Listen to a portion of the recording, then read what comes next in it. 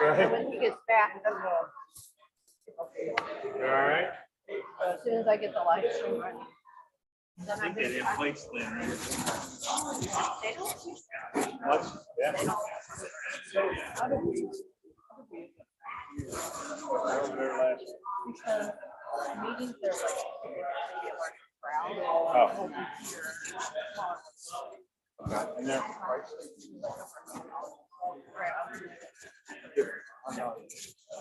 I don't have a problem with that. Like John answered about that. Yeah, we're talking now. I didn't realize it Yeah, was so back and like the forth. bigger ones. Okay. Very good. Okay, good. Last two. Where's Carrie? Where's Carrie? Carrie from? Carrie's not here. She's on holiday. Okay, So I'm gonna start. okay. And I'll take photos. If you would, that would be fantastic. Thank you, Reggie. Okay, good to meet you. Yeah, they are. It's right on the front.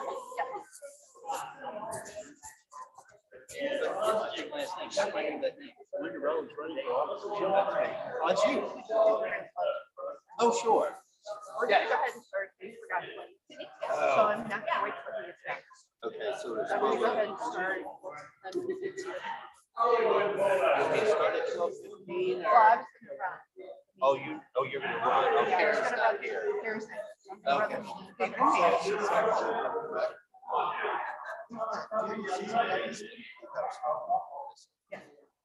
Did they just show up or they carry? I found out at 10 o'clock that morning. That's what I found out. I don't know.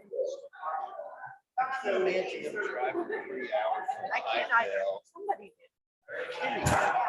She did. Somebody did. And I mean, that's embarrassing. It's a Yeah, I thought it was weird.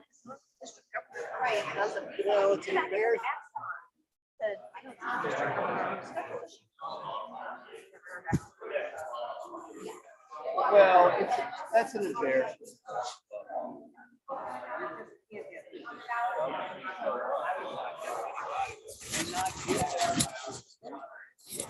And I told when I found out she was coming, I'm like, this is why I quickly put a slide in as soon as I knew she was coming, so I just acknowledged she was here. Okay, we're gonna this start. started. So they didn't put it. He forgot plates. I gotta make sure.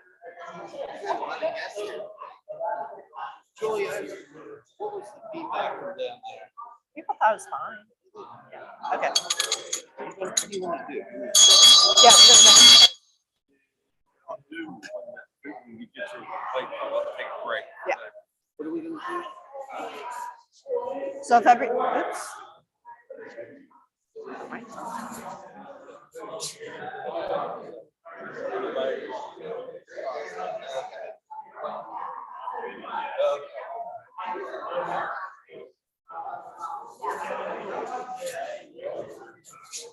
Okay, if everybody can take a seat, please. We're gonna have to be flexible today. We have a little bit of change in plans. We have to be a little bit flexible. Dave forgot the plates for the food, so we're gonna go ahead and start, kind of go through our announcements and stuff, and then get on with our meeting. So Dwayne's gonna do prayer pledge and four-way test. I'm gonna try to control the slides from up here too. Okay, go ahead, Dwayne. Bow our heads. Heavenly Father, we want to thank you for this beautiful fall weather that we're having. The fall colors are absolutely beautiful. We pray for our brothers and sisters that are in Florida, Sanibel Island, Fort Myers Beach, that the healing takes place. We do this in your name, in your glory. Amen. The pledge, where'd our, Oh, where's our flag? oh, it's on the TV. We'll have to use the TV. I won't use the TV. I pledge allegiance To the flag of the United States of America and to the republic for which it stands, one nation, under God, indivisible, with liberty and justice for all. the four-way test. First, It's true, second, it's fair to all concerned, third, will it build goodwill and better friendships, will be beneficial to all concerned. Thank you, Dwayne.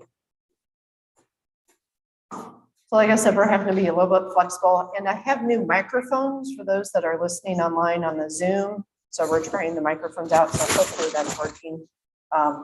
We're trying technology, we're trying, bear with me. Okay, announcements. Actually, I think we need to have Sean come up. Oh, Your turn, Sean. thank you. And I'm filling in for Carrie too, so I normally don't Yeah, do this you're part. doing a lot. Thank you, Julie. Announcements, we have visitors, Jonathan Brown. Welcome, Jonathan. You want to stand up and tell us what you do? So I'm here to last thing of the day. I am in December. So right now I'm working hard to try and get as much information from the city as I can because I got big shoes. So I'm looking forward to getting that started. And as long as someone doesn't write in a whole bunch of names on November 8th, I think I'm okay. Welcome. There's a lot of those. Congratulations. Welcome.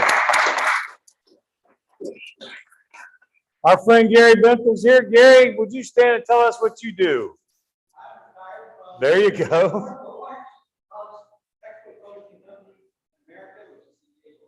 Thank you. Welcome, Gary. Leslie Chambers, how about you? Tell us what's going on, Leslie.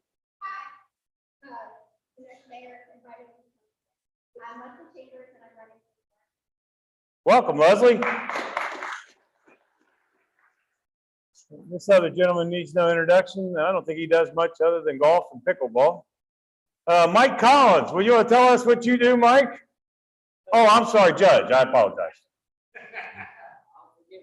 Thank you. Okay. I'm a retired district court judge in Boone and Galveston County and retired from.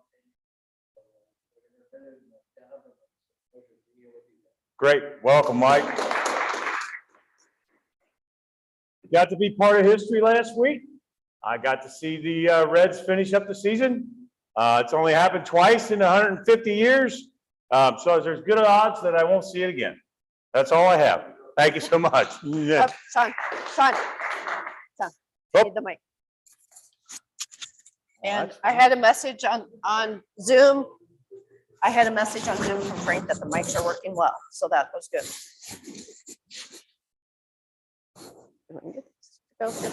Okay.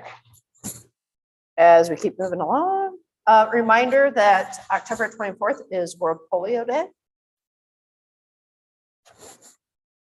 And there was a really nice article in the NKY Tribune about our new scholarship endowment with Gateway Community College, the Hand Up Scholarship in honor of John and Connie Salyers. And I think in a few weeks, we have a special program on that. Happy dollars. Do we have any happy dollars today? Sean? I'll throw in a happy dollar. I want to thank everybody for all the help with salt outing. Do I still have to bring a microphone again? No, you're All good. right. Thanks for all the help with the salt outing. We raised a little over $7,000. So we're good to have you. How'd the bee bash go? You guys went great. Raised a little money for Redwood, big wax. Leave that door. Yeah, I know. It's because it's movements sensor. There, now it's going. I have to mess with it a little bit. Anybody else happy dollars? No? Okay. Just a reminder to people, for the club to keep growing, we need to invite friends. We have some friends back with us this week, which is great. Birthdays and anniversaries. Our dear Barb Keeling has been with us 14 years. So that's awesome. She is on vacation, I think, in Europe right now.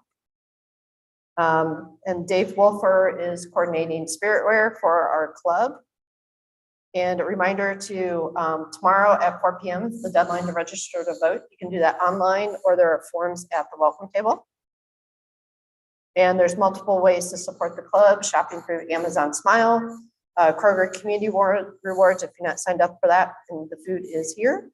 And then we have some additional ideas for fundraising for the club, such things as working maybe a concession stand at a Bengals game or an NKU game, and there's potential of a lot of money there to support the club. So if you have any other ideas, just let Carrie or I know. And I think we'll take a break, everybody can get their food, and then the senators can take the show.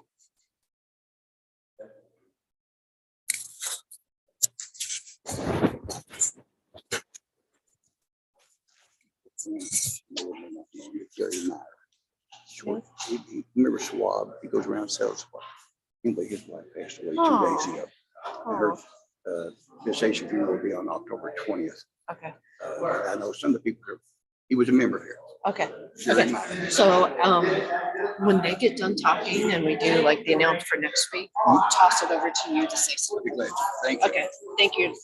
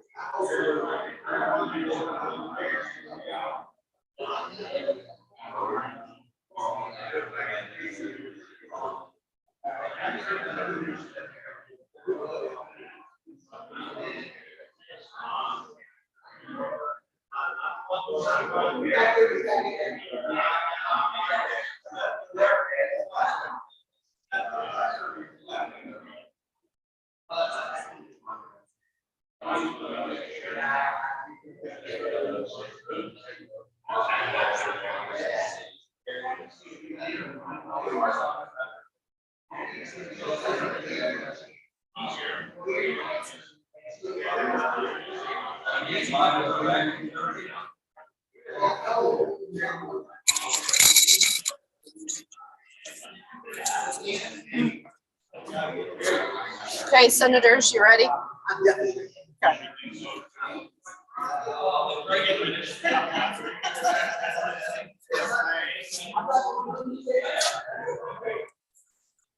Come on up. Come on up.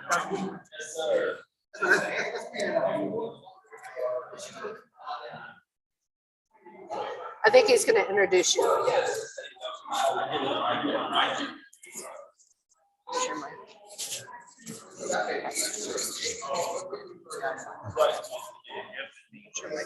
Okay, thank you. Can I go ahead and start?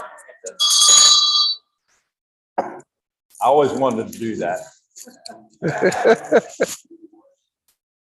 We're doing things a little irregularly today because we had a little hiccup with food.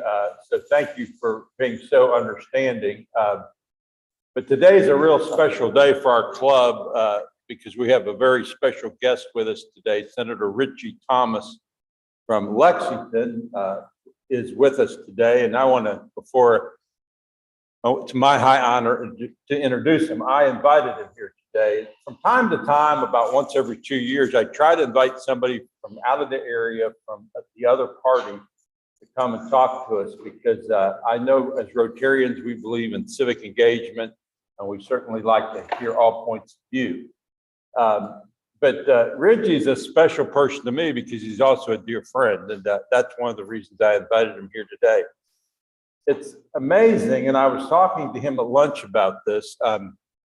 I've been in the Senate 14 years, and it's just flown by. But one of the things that I've really come to enjoy over the year is debating on the Senate floor. And when I first went into the chamber, I didn't do much of it because I didn't have the self-confidence to do it.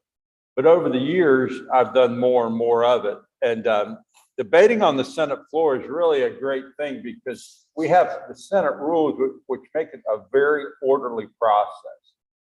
When you debate on the Senate floor, you always address the chair. You don't talk to your opponent. You're not even allowed to use your opponent's name. Just say the senator from whatever county they're from. And everything goes through the chair. And if you want to ask a question, you have to ask permission to ask a question. And when I explain it to you now, it all seems formal, but we do it that way for a reason. And the reason we do it that way is we're a deliberative body.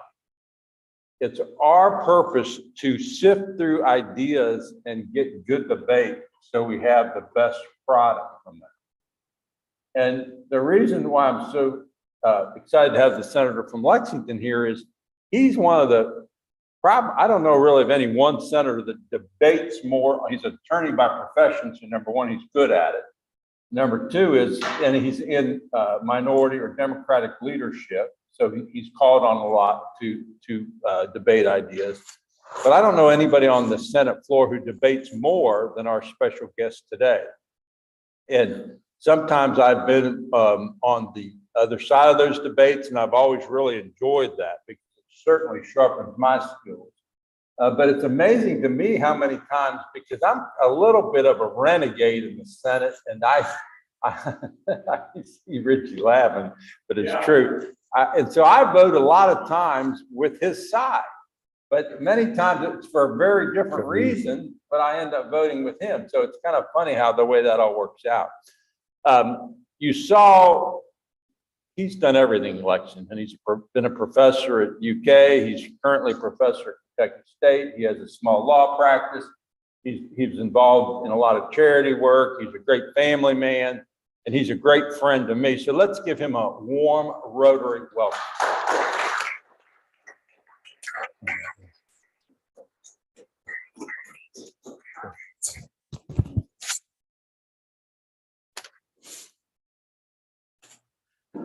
I am very glad to be here today. And first of all, I want to say acknowledgement about my dear friend, John Schickel. People ask, how do you get along with certain senators, who have views sometimes entirely different from mine? And I say that we are sent up there, to represent our constituent interests. But at the end of the day, we've got to find ways to work together and to find common ground. And I will tell you, John Schickel, is just a dear person. Yes, sometimes we do disagree, but disagreement is healthy.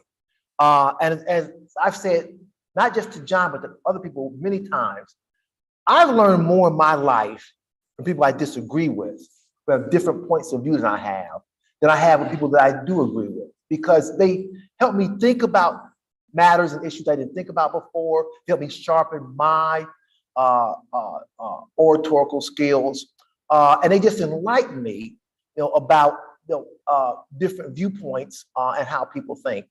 But more than that, and I would be remiss if I didn't say that, John is just a good man. He talked about me, but John's also a good family man, a man who cares about people, a man who shows up every day. I really appreciate that about John. He shows up every day, ready to represent the people who send him there to office and to do their work. And so I just can't say enough about you, John, and much I value our friendship. Okay. There's some other acknowledgements I do want to make here today. I certainly want to acknowledge the fine Boone County Judge Executive, Jerry Moore. Jerry, it's good to have you here today. I would say Gary Moore. Gary. Moore. Yeah, Gary Moore. And where's Gary Stewart? Gary and I are both Bryan Station High School alums, and both members of the Wall of Distinction at Bryan Station. So we've contributed a lot to that fine high school there in Lexington. And Gary, it's good to see you here again today. Jonathan Brown, I want to give a shout out to Jonathan, the new incoming Boone County PVA. I've told Jonathan, and I mean this, it's an honor. It's a real privilege to serve and be elected official, as John and I have been called to do. And it's such a sacrifice. And to be willing to take that mantle, go through the heat of an election, the pressures of that, and come through, and then be willing to serve really, really means a lot. So Jonathan, I congratulate you. I know you'll do a fine job for the people here in Boone County. And just a couple other people, then I'm gonna get into my talk. Janie and Mary, who I met today. It's nice meeting both of you. And then Leslie Chambers, who's running for office as well. And again, that's a great calling, and I appreciate your courage and your sacrifice for doing so. My speech is gonna cover 2 points today. First, and I also mentioned Julie Powell, who's been working since I got here. Just want to make sure President-elect, am I right, Julie? President-elect, making sure that everything goes smoothly. So thank you, Julie, as well. I want to talk about 2 things today. Number one, I want to talk about the collegiality of the state Senate. And 2, I want to talk about some policy issues, legislative policy issues that I want to see addressed in 2023. First of all, the collegiality of the Senate. Okay. We see a lot of the acrimony that's going on in Washington, the divisiveness, just the harsh rhetoric. And we say to ourselves, what is going on in this country? Why is there such dysfunction that takes place up there in our government when they're supposed to be there working to keep the trains running and get us moving and progressing as a people? And it's gotten to the point where we think that takes place in all levels of government. And I'm here to tell you today that is not true in the Kentucky State Senate. Yes, we do have our differences. And yes, we don't always agree on every vote. But I'm gonna tell you that is normal, that is typical. And you should know our government was built for that purpose. That's right. We set up our government so that laws could not pass quickly, that we could not make fast and radical changes, because we want government to run smoothly.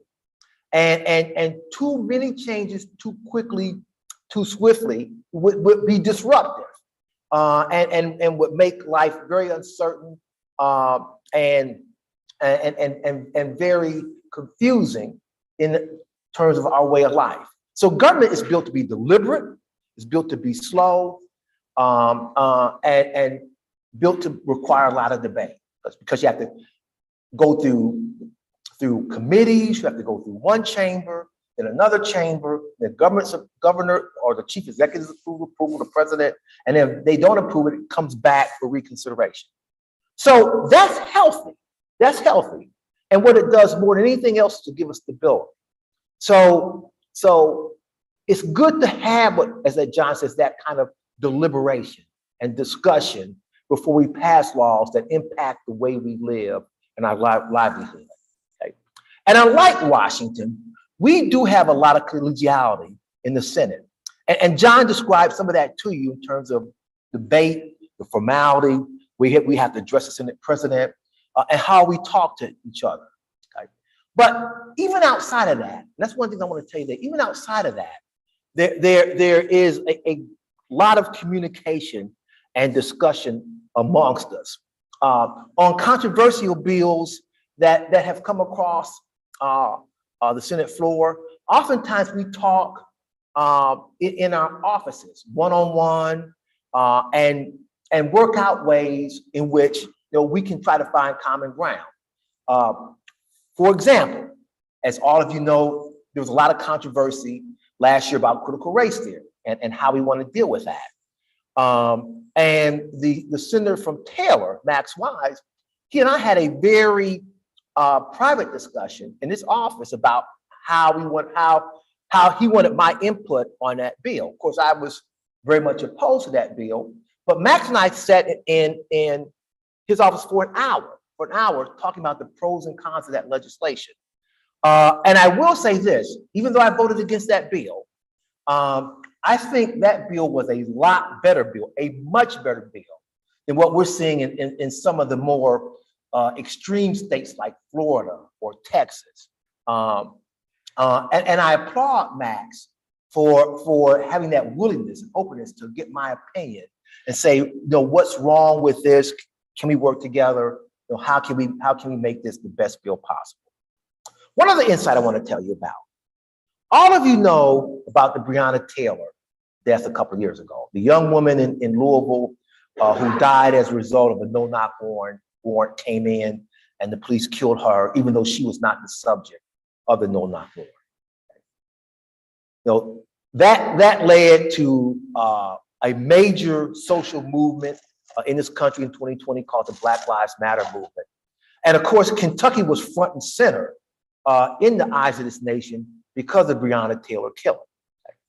So we come to 2021, and the Senate president proposes a bill that says, look, we're going to do something about no-knock warrants. Okay. Now, there was one side of the legislature that said we want to ban no-knock warrants altogether. And they were very vocal about that. They said this is wrong. This kills a lot of people like Breonna Taylor and needs to be stopped. And I was very sensitive to that point of view. I'm gonna be honest with you, I was very sensitive to that point of view. There was another group that took, again, the exact opposite point of view. It says, no, police need these no-knock warrants for their protection, to fight drugs, to get bad guys off the street. And we want to keep no-knock warrants in place. The truth of the matter was that Kentucky could not do nothing. Again, the eyes of the nation were upon us. We had to do something to address that terrible tragedy and say, we do not want this to happen in Kentucky again. Okay? So the Senate president and I met several times to craft a bill that, while did allow no-knock warrants, because we weren't, frankly, we were not going to pass any bill that abandoned that. That was not going to happen in General Assembly. But at the same time, puts limits on that, okay? Which obviously didn't appease some on the other more conservative side, but fortunately, would move the needle some so we could get something done.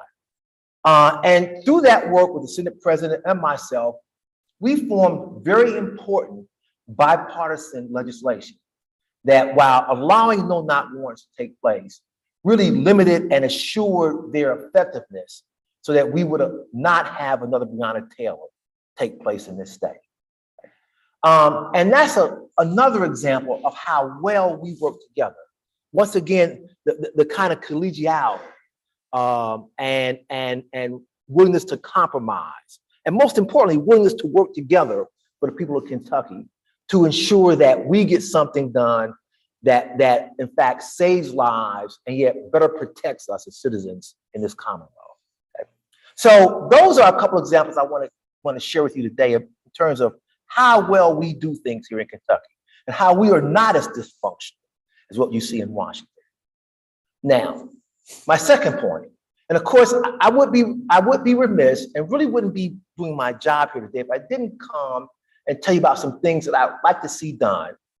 Because, as John said, we may have different viewpoints, but I want to share with you my viewpoint as we move into the 2023 session in terms of where I think Kentucky ought to go going forward, what we ought to do to move the needle, and in my opinion anyway, advance Kentucky.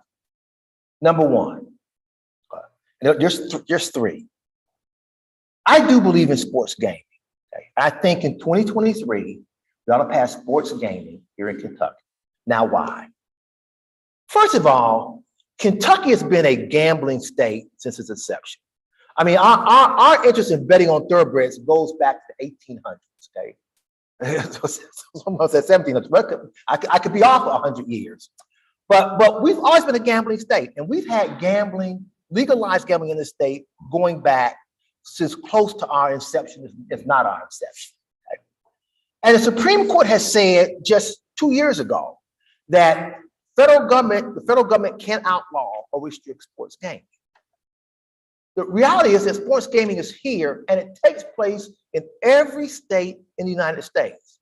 Okay? Some states do it, some states it's illegal, but it happens. Other states it's legal. Okay? We are a sports-oriented state. There's no question about it. I was discussing at the table how we root for our favorite college teams, our favorite sports teams. Okay? And it's something that has become part of the social fabric. That's not to say that it's all good, certainly. And we heard testimony about this in a committee that John chairs called Licensing Occupations, about some of the pitfalls and dangers of gaming. And you have gambling addicts, just as you do addicts who smoke or who drink.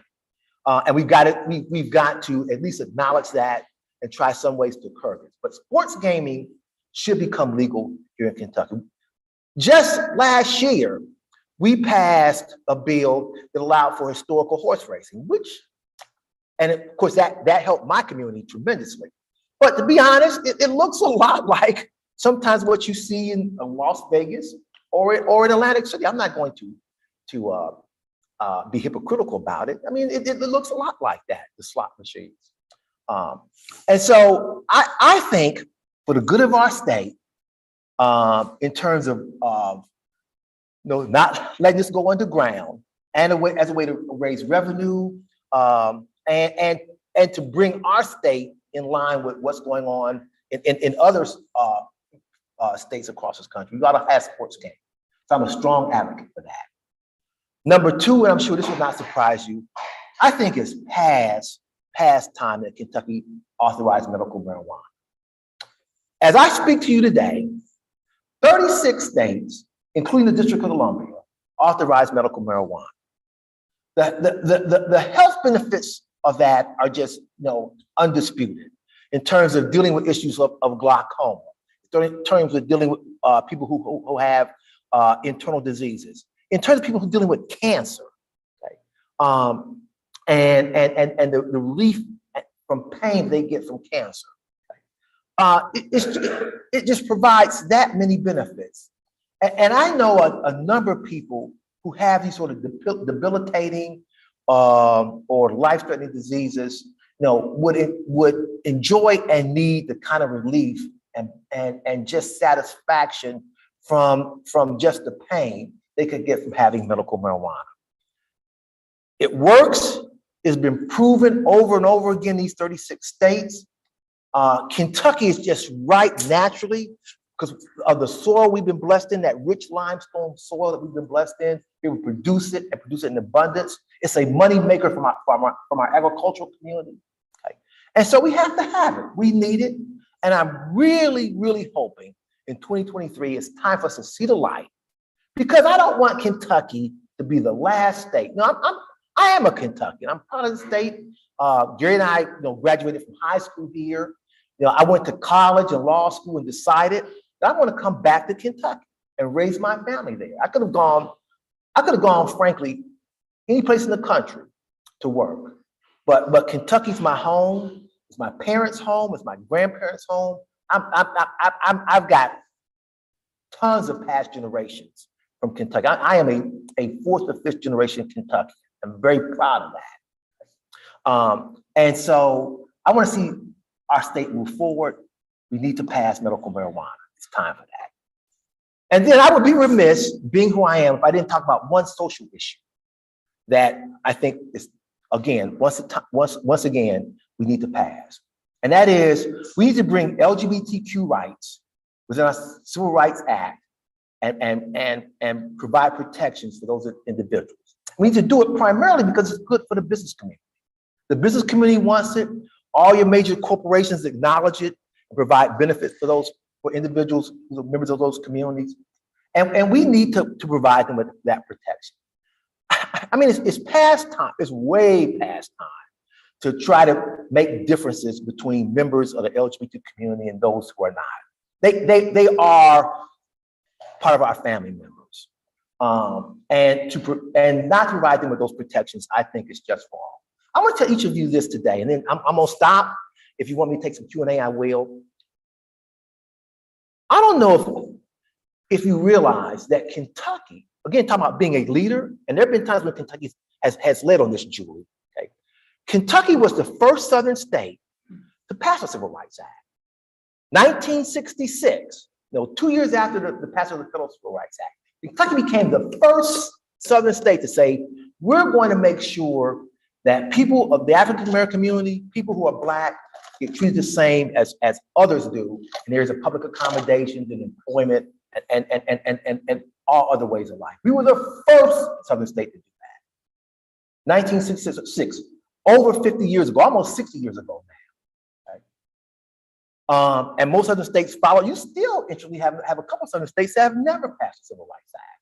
Right? But we were the first to say, those sort of racial differences are wrong, and we're going to right that wrong. Okay? We need to do the same now, because no Southern state has enacted yet protections for the LGBTQ community in their states, and we haven't even done it on the federal level yet. We need to do the same thing here in Kentucky and make sure those folks have the same kind of protections in the area of in public accommodations, in employment that all the rest of us enjoy. So that's my third policy issue that I'd like to see a different. That's it. I thank you, John, for inviting me. I hope I've offered you an insight and maybe some differences, maybe not, in terms of my viewpoints at State Center, but it's been a pleasure meeting all of you, and I hope to see you again in the future. Thank you so much.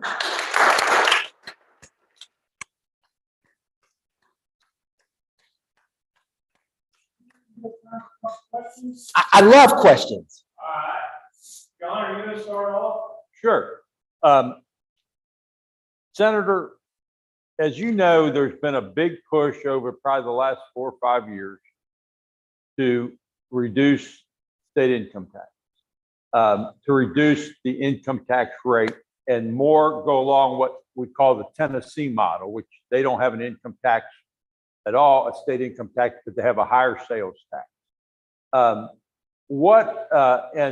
the Senate President and the Speaker of the House have made no secret that that is the direction that they want to move in, and we've taken a few baby steps the last several sessions to do that. What is your thoughts on that? Well, John, as you well know, okay, because you and I talk a lot, I'm not in favor of that position, and let me explain why. The states that have gone in that direction, Florida comes to mind, Nevada comes to mind, Texas come to mind. Those states have a means of earning income that most states don't have. If you talk about Florida, for example, Florida has a huge tourism industry. We have people who come from outside the state there, on an almost weekly basis and spend money there, and which is and the money they spend is taxed very highly in terms of restaurant tax, hotel tax, and that's a big revenue generator for the state of Florida. You go to Texas, that's a mineral-rich state rich in oil and natural gas. Okay, they can produce those minerals, those kind of resources that again are heavily taxed by the state, that help offset the fact that they don't have an income tax. Nevada, another example, is a state that again depends heavily on tourism, and is a high energy state. So Nevada again has the resources plus the tourism from non-citizens to help provide it with income. There's a lot to like about Kentucky, and people come see it, the Bourbon Trail, certainly thoroughbred racing, but we don't nearly have the tourism to compete with Florida or Nevada. We do have coal, we do have some natural gas, but not nearly to the level of what you see in Nevada and in Texas.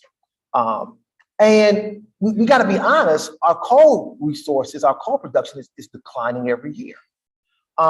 So if we go in that direction, how are we going to make up that revenue? My second reason for opposing it is this. States that do that have what we call a regressive tax structure. Now, let me tell you what I mean by that. Okay? In a typical graduated income level, what we say is this, that the more you earn, the more you tax. And there's a Christian ethic that supports that, that to whom more is given, more is expected. And that's certainly understandable. If you make more, then there's a social contract that says you can afford to give more back. But if you do without an income tax structure, you got to make up the money somehow. And so the way states make it up, like Tennessee, for example, is they have a sales tax on those individuals up to 9.25%. Now, if you're making, $500,000 a year or have significant assets, that 9.25% is not going to impact you too much. But if you're a regular government clerk or school teacher, and you're making $50,000, $60,000 a year, that 9.25% on basics like clothing, like certain food items, your utility bills, impacts your wages significantly. Right? So, John, that's the answer to your question as to why I'm not in favor. Thank you. Thank you, Senator, very much.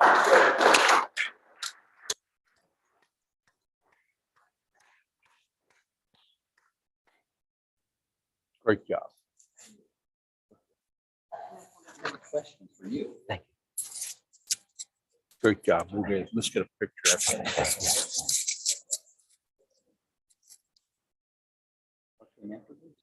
No, you talk. So thank you both senators very much. I know as a school board member, I very much watch what's going on down in Frankfurt, and I've come down a couple times to testify. So very much thank you for the opportunity for the people's voice. So next week we will be off-site. We're going to go down to the emergency shelter in Northern Kentucky. They have a new facility down in Covington. We're going to meet with the executive director down there, Kim Webb, and we'll have a tour of the new facility and their daytime navigation center. And we have a raffle drawing. So it's these up here. And it's for, is it Izzy's gift card? Okay. And ticket number 105. 105. Anybody have 105? Somebody's got to have it. Check your tickets. Going once? 105. No.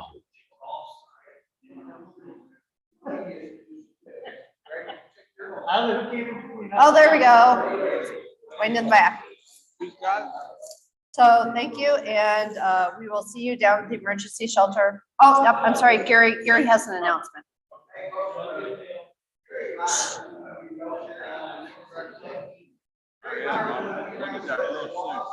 Did you drive over here?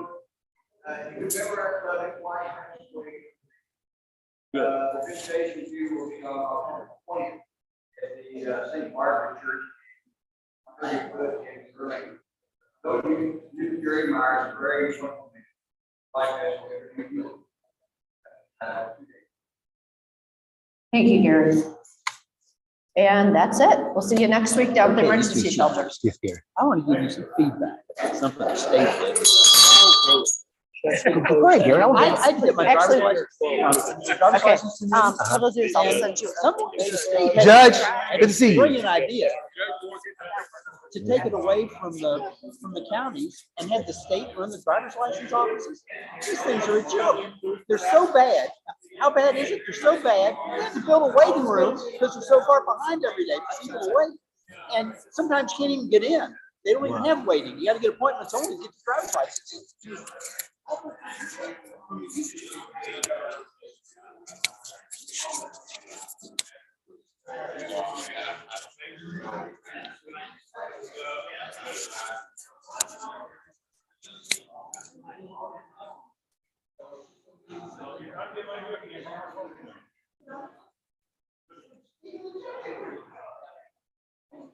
gonna be a great president. I don't know about that.